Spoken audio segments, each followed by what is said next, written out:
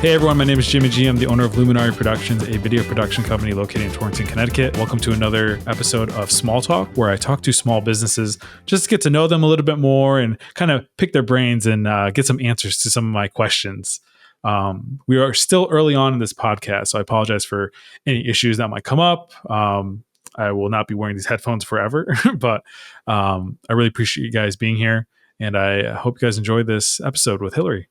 My name is Hillary Deane, and I am the owner of Hillary Deane Photography. And I also have two jewelry companies. One is called The Little Shop of Jewels, and the other is called Delmonaco Fine Jewelry. So for Hillary Deane Photography, had originally started out as a wedding photography company, but over the years, I have transitioned into doing headshot and portrait photography. The Little Shop of Jewels is a fashion jewelry line, and Delmonaco Fine Jewelry is a fine jewelry line that I do custom designs, engagement rings, wedding bands. If people have outdated jewelry, I help redesign it. If people need a gift, I help them find what they're looking for. So just for my own clarity, your two jewelry companies, could you just again describe what really differentiates them? Sure. So the Little Shop of Jewels is fashion jewelry. So typically these are lower cost items. They're not made with precious metals. So I'm working with gold plated, gold filled, sterling silver. Most of the stones are simulated, so they're not real. And then Delmonaco Fine Jewelry, I'm working with 14 karat gold, platinum, genuine diamonds, genuine gemstones. So it's just really a range of jewelry. So I work with the, more affordable everyday pieces, and then Delmonaco Fine Jewelry is the more expensive and higher quality jewelry. Now the price range between those are you aiming at two different type of people, or is it just really someone who's looking for something more custom is going to go for one, or everyone else is going to go for the other? What's really separating the two is the cost of items, because even with the Little Shop of Jewels, I do custom for the fashion lines as well. So I do custom gold plated and gold filled necklaces or bracelets or rings, that maybe are around $100 and $200. But if I was doing that with gold or platinum, that's going to be, in a couple hundreds to thousands of dollar range. This is all new to me. I know nothing about jewelry. I do know a little bit about photography. So I know you said you started off doing wedding photography. I know you've done a ton of photography in general, but why did you make that switch over specifically to doing headshots? Really, a lot of it came down to the pandemic. When the pandemic came, that was actually supposed to be my busiest summer with weddings in, the history of creating my company. It had been going on for 6 years at that point. So that summer, all of my weddings got canceled, and I had also moved to a new city. So I had decided to take a break. When I moved back to Washington, D.C., I got a job doing headshots for another company. And I just remembered how much I enjoyed doing that. So that's why I kind of switched my gears to that, because it's things that I can do during the week. I love wedding photography, but it's very time consuming on the weekends. So, still trying to photograph because I love doing that, but not having such a big commitment with doing weddings and events and things like that. So how do you think you split your time up between your jewelry companies and photography? Sometimes it can be a little difficult. Balancing three businesses, but I feel like I've been, navigating and seeing what works best for me. And there's always points and times where, one company might not be doing as much that week. So there might be a week where I have 5, 6, 7, 8 photo shoots, but I don't have any special orders coming in, so I can spend more time doing the photography. So it's really just balancing, and, every week is different. But I do make it a priority to make sure that I try to spend at least equal time, working on the social media to promote all of my businesses, because it is only just me. So I'm doing my website, I'm doing social media, responding to emails and things like that. So just finding a balance, but making sure I don't put, I don't want to put something on the back burner and spending too much time on one of the companies. I really try to spread it out evenly. Okay. So just a little bit more about your background, and then we can kind of start going into it. I know you from school, so I know you have a background in photography, but what was your background in jewelry that, you feel confident in doing all this? Actually, my first full-time job out of college was working for a jewelry store in the Boston area. It was a family-owned jewelry store that had been around for decades. And I originally was hired to be their photographer. But because it was a small family-owned company, I didn't just do social media. I worked with customers. I took in repairs. I answered the phone. I did inventory. So I got to learn like the whole aspect of the jewelry business, as well as doing the social media for them. And actually, when I was in college too, I did a little internship with a local jewelry store. And actually, during the pandemic, I had helped another local jeweler help with her website and her social media, because everything was now online because people weren't going into stores. So it's funny how photography led me into jewelry, and I was still able to do both. But then I just got a better sense for jewelry, and got to see the workings of a small business. So I know you said you do everything alone, and I'm sure that there's a lot for you to handle. But like, what does like your typical day or routine look like for? Let's just go into your jewelry business for now. So my typical day is usually I wake up. The first thing I like to do is check my email, see if I've gotten any new orders or emails coming through. I also like to start each morning with a to-do list. So I like to see everything that I know I have to do for the day. So after I check my emails, look at my orders, I see if I have to reach out to any customers about special orders. If I'm working on a custom design, I will start, sourcing stones or metals and things like that to start working on it. I make it a priority to post on my social media a couple times a week. So I'm doing all the photography for that. I also like to, make sure I'm adding new products onto my website, at least once a week. And when you say you're adding new products, like what does that really mean? Again, I have no idea. Like, how are you deciding what goes on and like what you're going to sell? So, a lot of the pieces are, of course, pieces that I would wear. So I'm thinking, I like to add pieces that I would wear in my everyday jewelry or special events. And, having been in business for myself now for almost 3 years, I'm getting a better understanding every day and working with all my different clients of things that I know that they're interested in. So I always have to keep in mind, okay, what would somebody else find interesting that I could add to my collection? And I like to work with a lot of other jewelers based here in the United States, especially women-owned businesses. So I'm working with them to see what pieces of theirs I can add to my collections to show to my clients. Was this something, I know you had some background in it, but was this a very new experience kind of going on your own and trying to do this? And if it was, what were some of those challenges and how have you overcome those? Or was it just a complete easy thing for you to get into? I guess just having kind of a small business perspective, and I've always had this. I love to work for myself. I love to work independently. So when I decided that I wanted to start, originally started as just a little shop of jewels, I felt pretty confident doing it because I had built Luminari Deane Photography the same way. So really, I really wouldn't say that there was too many challenges starting it. It's just definitely a lot of hard work, letting people know you have this business now. And at a time it was during the pandemic. So I wasn't doing anything in person. It was strictly online. So I guess maybe that was the most challenging part at first, was just getting my name out there and, being able to show my pieces and also creating a trust with my, new clients and things like that. So what kind of things do you do to kind of build that relationship with customers? One thing that I started doing probably maybe about 6 months ago is creating a relationship with my clients. So getting them to get to know me. I have another friend who has a small business, and I always saw she would post on like her Instagram stories or her Facebook stories, not necessarily about her business, but kind of like things that she liked in her personal life. Like she would post about her dog or what she did on the weekend. And I thought that was really cool. And her and I were talking, and she was like encouraging me to do that. And I was like, you know what? I am going to do that, because when I first started the little shop of jewels, my whole intention was I didn't want my identity linked to the brand. Like, for example, like Luminari Deane Photography was Luminari Deane Photography. So it was me, it was my face, it was my brand. And when I started Little Shop of Jewels, I kind of just wanted it to be the Little Shop of Jewels and me kind of be behind the scenes. But over time, I realized if people are going to trust me and, want to purchase my items, they need to know me and know what I stand for. And that's providing excellent customer service, high quality goods and things like that. So So yeah, once I started talking with my friend, I started doing that more on my social media. I started doing more lives.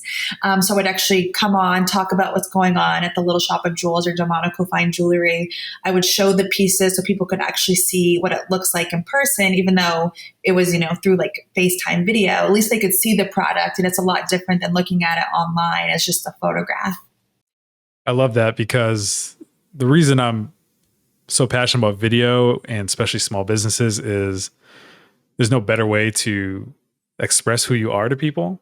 And I think for especially like a business like yours, where I feel like if someone doesn't show their face, like you don't really like you're just another jewelry company. Like I always ask people like, what's the thing that separates you from someone else? And they might say deals or this or whatever. But realistically, someone selling jewelry is selling jewelry the same way as you in some way, but it's you yourself that I think is the thing that's going to make people want to do business with you. So I think that's great that you're doing that.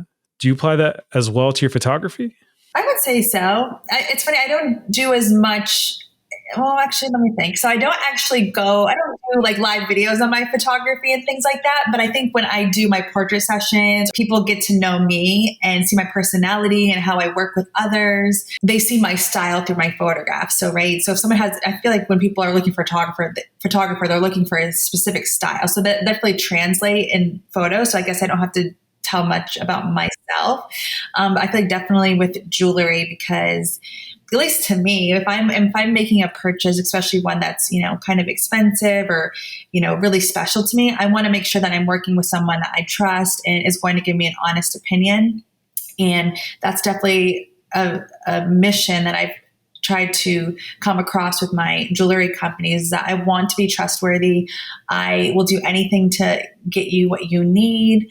I don't ever want to be dishonest to people. I know sometimes working in retail or people are purchasing something, we can sometimes get talked into things that we don't like, or we are upsold on things that we don't need, and that's something I've never wanted to do. If I don't think that you need the best quality, like, not that it's not the best quality, because I always want to give high quality, but I don't think that you need to spend hundreds and hundreds of dollars when I can get you something just as beautiful for less. So I'm very similar in that way that I like to say I'm just being realistic. So I don't like to sell someone on something they really don't need when there's probably a better option. Like I'm looking out for the person I'm working with, which I think is exactly what you're doing. And I think the only way to express that is by showing yourself, which I think you're doing, and that's great. So when you look at other people who do what you do, what are some things you're looking at, just as far as like trying to see ways you can improve, or just kind of compare what you both businesses are doing? When I look at I always like to see what other jewelers are doing, other companies are doing. I like to see the products that they're selling, kind of what's their target audience and what's the style that they're selling. I like to look at their websites and see, are they updating regularly on their social media? Are they interacting with clients? And just kind of, the day-to-day things, how we keep our business going. So a lot of just social media. The trends are always changing in jewelry, so I want to make sure I'm up to date with what's going on. So that's definitely a big one, is just seeing how the trends are changing and evolving and making sure that I'm staying up to date. When you're working with someone and it's all said and done and they've got what they ordered, like, what are you hoping their experience is? I am hoping that when someone works with me is that they feel that they've been treated fairly, and I'm honest, I'm giving them the best quality, making sure everything's on time. Communication is huge for me. I always want to have open communication with my clients. So, making sure I'm staying, if they have a deadline, they need a gift in a week and a half, I'm going to make sure everything is set up so that that gift is going to be delivered to them in the week and a half. And, God forbid something's on back order, I can't get something in time, being open and honest and letting them know, hey, this happened. Like, what can I do to make it work for you? And I've had people that have come to me and they want something specific on my website and it can't be ready in time, but also I'll give them alternatives. I can't, if you'd like to wait, that's great. If not, these are some awesome other alternatives that I have for you. And yeah, just pretty much it. I gotcha. So what do you think is like maybe a misconception that people might have about, jewelry sales, or I don't want to call it jewelry. What do you call what you do? Is it jewelry sales, or would you say it's something else? I guess what I like to consider myself is almost like there's a kind of a term now called jewelry concierge. So it's kind of like a Okay. custom jewelry All experience. So even right. though I have products on my website that are for everyone, I always remind people or encourage people that I do custom work. So if you go on my website and you don't see something that you're looking for, send me a message, because usually I can find or help design what you're looking for. And that's happened many times before. So obviously you are doing this on your own. On the back end of things, like, are you the one that's also kind of putting the orders together and shipping them out? And how does that kind of work? Mm-hmm. So typically, so I guess I'll kind of run you through kind of like what a process would be for a custom order. So there's usually two different avenues that I guess people come to me. So if somebody comes to me with an idea, kind of depending on what it is, let's say it's a necklace or a pair of earrings. And if it's like a pair of studs or Huggies that are kind of traditional, I can usually get them already pre-made from another designer. So I find some options that are already ready available that I can ready to ship them as soon as possible. And then I have people that come to me with things that are a little bit more unique and more, custom design oriented, especially with engagement rings. So if somebody was coming to me for an engagement ring, we totally start from scratch. So I find out what style they want, what's their budget. And once I kind of have those ideas, then we can start narrowing it down. So typically for engagement rings, I start with sourcing a stone. So whether they're working with diamonds, whether they're genuine lab grown, or I'm working with moissanite or gemstones. So I start working, sourcing out these stones. So I work with other jewelers, throughout the country who, they specialize in diamonds or gemstones and things like that. And then if it was designing the setting, again, there's pre-made settings that I can get, or if they want something totally custom, then we do that as well. For example, we have a friend who recently got engaged, and he kindly used me as his jeweler, and he had an incredibly unique design, and that was completely from scratch. So we made this beautiful setting for him. He actually already had the diamond himself, so we customized the setting for the diamond that he already owned. I know you kind of help people with the process, but what would you tell someone who is looking to buy jewelry, and this is kind of a new experience for them?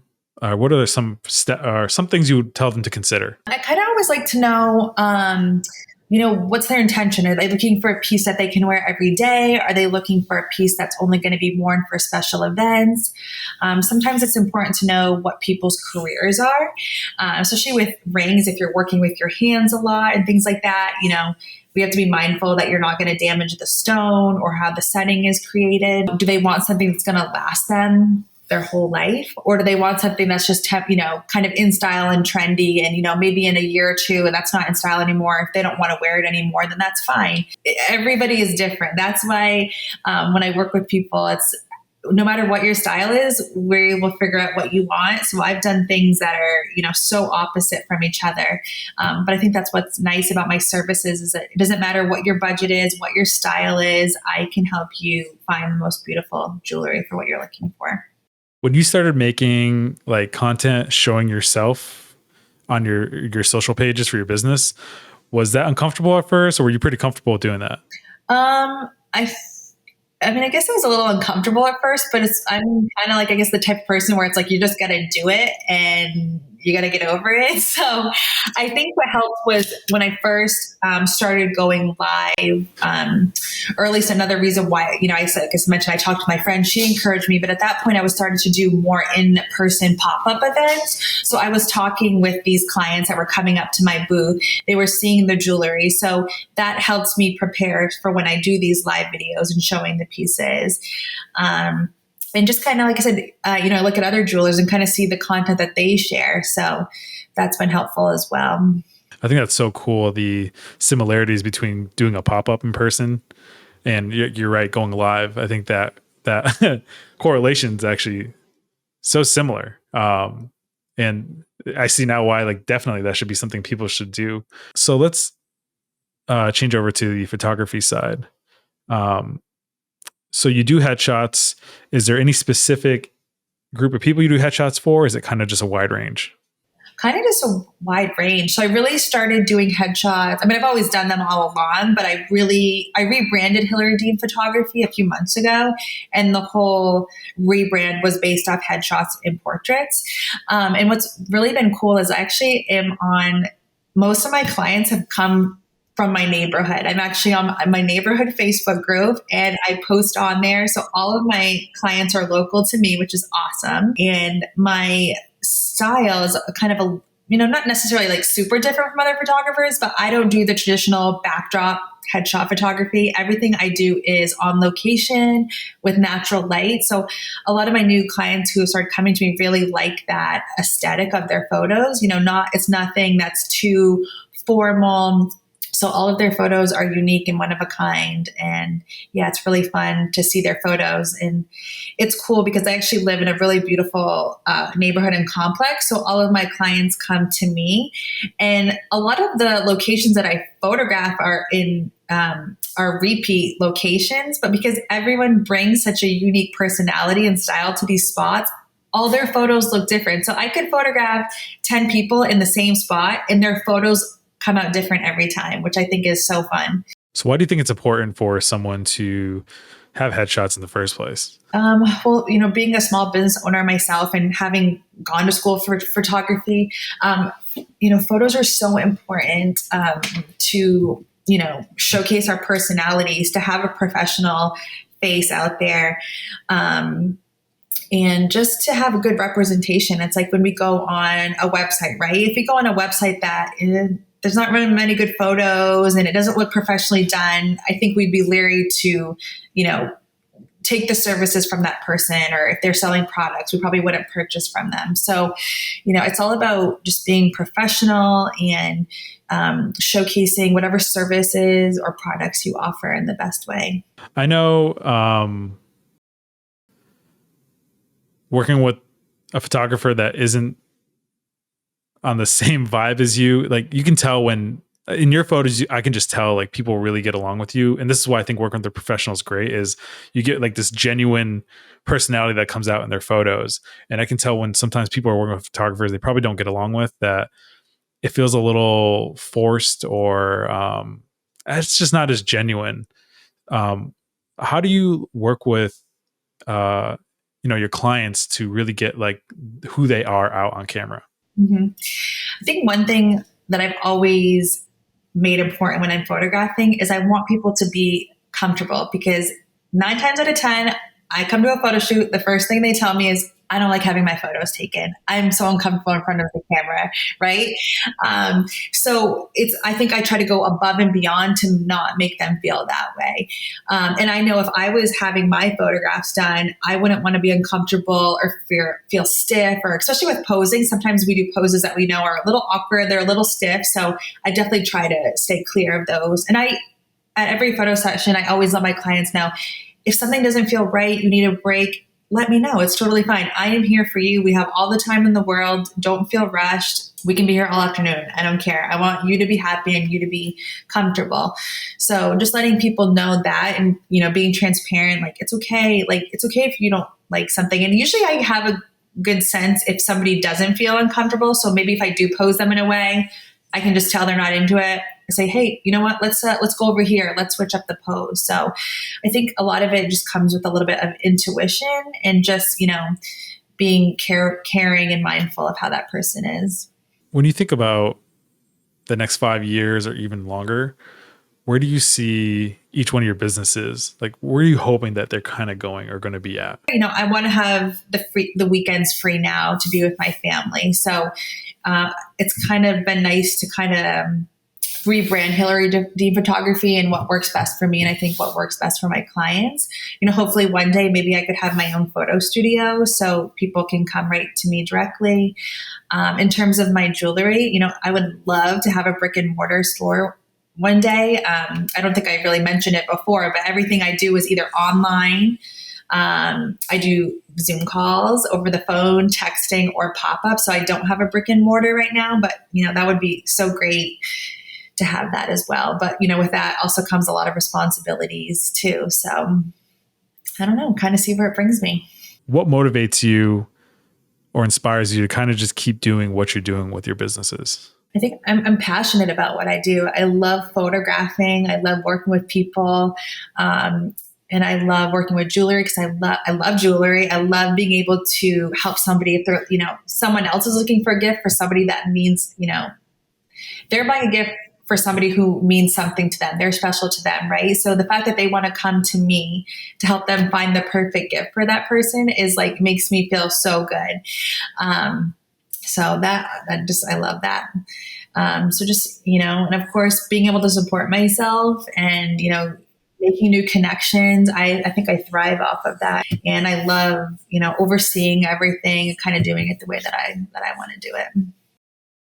I think we look at things very similar in the sense that we both provide a service, you provide a service and a product, but we really the biggest thing is helping people. Is like how we help people is different, but in the end, all we want to really do is help people have a good experience and be happy with whatever they're doing, and ensure that they're being treated fairly and getting a good product in the end. So I think that is the most important thing, and I think that really comes off with who you are. Actually, I just want to add on to something that you just said. So the previous company that I had worked for had the most gorgeous, stunning jewelry ever. But it was very expensive jewelry, and I know I grew up in a small town in Maine, right? I've seen people, struggle or, all different walks of life, right? And not everybody has thousands of dollars to buy on jewelry, right?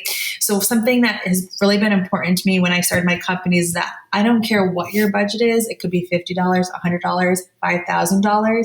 I want you to have the most beautiful jewelry for your budget. So when I work with my custom design clients or anyone looking for a gift, when I'm asking you what your budget is, it's not because I want to know how much money you're going to spend. I want to know the best thing that I can get you for your budget. And I think that sometimes is what separates us small business owners from the big box stores and things like that, because your only options are what's in the showcase, right? And half the time those people are working on commission. So they're just trying to upsell you, or they're dishonest to get you to buy what you want. And that's why I've never wanted to have that business model.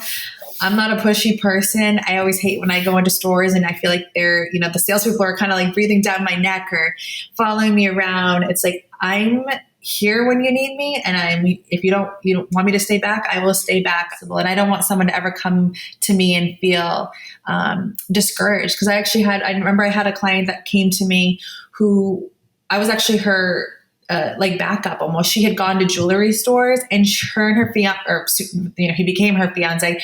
They felt so discouraged after going into these stores because they felt like these were their only options, and it was really out of their budget. And when they came, I worked with them.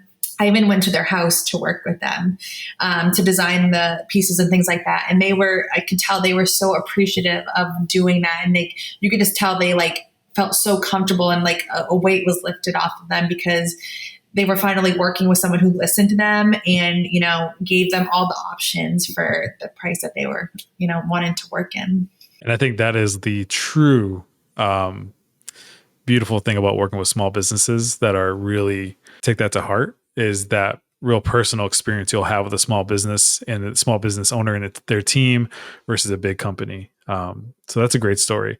What do you think has been, and you can be as open as you want, or you don't have to, but what has been the most challenging thing for you? Probably just, doing everything myself. It's like a blessing and a curse, right? Because I love doing everything myself, but I get to keep thinking I haven't posted in a couple of days. I got to get posting, because if I'm not posting, people aren't going to come to my shop, right? And they're not going to go to my website. So just always trying to keep it consistent and keeping it fresh and new. And you always have to think ahead. I feel like, especially with sales, holidays are huge, right? So it's July right now. In a month, I got to start thinking about Christmas. So, for pop-up events, if you want to do events, you have to get booked out a couple of months in advance. So it's always just thinking ahead and making sure I'm prepared for the next step. What is your ideal social media app? My ideal social media app, out of the ones that are currently existing right now? What do you like to use, and what do you think is working the best for your business? it's funny. So I feel like I use Facebook, Instagram, and TikTok. Those are like my three big ones that I use. And I feel like each of them have their own demographic and their own purpose. One thing I love about Facebook and Instagram is that's where I do my live videos. So that's really helpful. On Facebook, the live video will stay on there. So even if you don't catch it when I'm doing it live, you can go back and watch it. Instagram is great because that's probably one of my favorite apps. I'm always just like swiping through. I love the hashtags. And then I wish I was better at it, but I don't think I'm terrible about it. But I think to me, TikTok is number one right now. I think if you want to reach people, TikTok is where it's at because I mean, there's so many trends on there. I think everyone's on TikTok all day long. I use TikTok as advertising. So I would actually reach out to a couple influencers and actually send them a complimentary gift of jewelry, and they would post it on their social media. And I got followers, I got orders. So to me, that was like, even though I was giving away a piece of jewelry for free, in my mind, I was paying for advertising, right? And making a connection with that influencer and their followers. So that was really cool. I've actually gotten clients from like so many other states. I've never even met these people. They've literally found me through TikTok, which is awesome. And I had a client who designed a piece that was over $1,000 with me. We never talked on the phone. We only communicated through email. She found me through TikTok.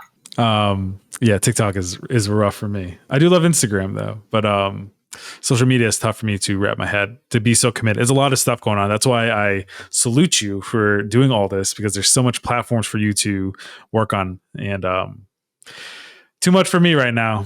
It's crazy. I got a client off a hashtag off Instagram, and I put hashtags off of just muscle memory at this point. Mm-hmm. But I had a client who's it was a pretty big client. Just click a random hashtag and found me in that hashtag mm-hmm. feed. And it was the last thing I expected to ever happen. But you never know. You post something somewhere, even if it doesn't get viewed by many people, it just takes that one person to see that one little thing.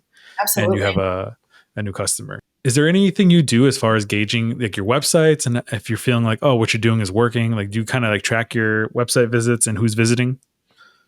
I'm actually not very good at that.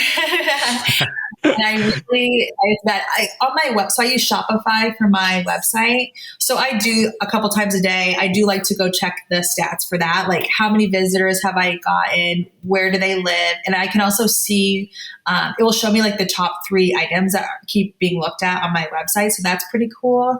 But yeah, I don't look at Google Analytics, which I probably should. Sometimes it's so hard, right? Because I've gone to a lot of like social media seminars or taken classes about how to grow your social media. And like, I don't know, to me, it's just like, some of it to me, it just seems like luck. Like even sometimes when I post a TikTok, I could post one TikTok and I get like 50 views on it. The other day I posted a TikTok, literally posted it, and it wasn't even a minute. I had refreshed my page and I already had 300 views. I'm like, how? Like what was different from that than the one I posted the other day? So I just try to keep everything organic. Doing it natural and organic, like I think we're both doing it. Just the people who do end up following you are just way better quality followers in general too, because they probably really do care about what we're posting. I started doing pop-ups and events about a year ago. And when I do these events, sometimes they're free. Sometimes I do have to pay a vendor fee and things like that. So it's been really cool over the last year, kind of like seeing what works and what doesn't. You would think sometimes, oh, because I'm going to pay more to do that event, it's going to be more beneficial. And actually, half the time that's not true. The best events that I've ever done are the ones where the people that become complimentary, or it's a low cost. Kind of like you said, do we check our analytics and track things like that? One thing that I think is I've always, people keep telling me, oh, you gotta pay for advertisements like on Facebook and Instagram. And it's like, I had done that for a little bit, but I feel like nothing really came out of it. So that's why I found it really cool when I started, reaching out to influencers and, sending them a complimentary piece of jewelry. And I actually saw that I got feedback from that. That's why it never, I never felt bad doing that, right? Like, oh, I'm giving it away for free. But to me, that was, in my mind, that was my advertising, because I was getting such a huge take back from that. I was getting followers, I was getting purchases. So that was really cool. So just like trying to figure out what works best for your business, and like what works best for my business might not work for your business and things like that. But it's good to try it out. And, even if it, I did events, I paid a lot of money to do these events and they really weren't that successful. But now I know going forward, I wouldn't do that again. So, trial and error and seeing what works best for your business. And I'm the same way. I don't track my website stuff, which I probably should a little bit more. I think for both of us, it's probably one of our weakest links, and who knows how much it can improve our businesses. But I think we're both taking these early steps. So like Luminari for me, it's like I've been doing video for a while, but Luminari has probably been alive for like, I don't know, 3 years. So I still feel like both of us are really early in what we're doing. So there's a lot of stuff for us to really improve in the back end of things. But I think that's something a lot of people who do small businesses kind of face. But I do think the most important thing is what me and you are doing. And that is just making sure that people are very happy with their experience and, that we're looking out for them. So your room has gotten so dark since we started. I know. I've never noticed that the other day. I think we're good. I think we have a lot of stuff here. If someone wants to learn more about these businesses, where they can reach you. So Hillary Deane Photography, I'm on Facebook and Instagram, and I have a website. It's hillarydeanephotography.com. And then my social media accounts are just Hillary Deane Photography. Hillary has 2 L's and Deane has an E at the end. And the Little Shop of Jewels, you can visit my shop. It's thelittleshopofjewels.com. And I'm also on Facebook and Instagram and TikTok. And then Delmonaco Fine Jewelry, I'm actually working on the website right now, but I post a lot on my Instagram and my Facebook page, and TikTok as well. And it's Delmonaco Fine Jewelry. All right. Well, thank you so much, Hillary, for your time. I really appreciate it. Yeah, thanks for having me.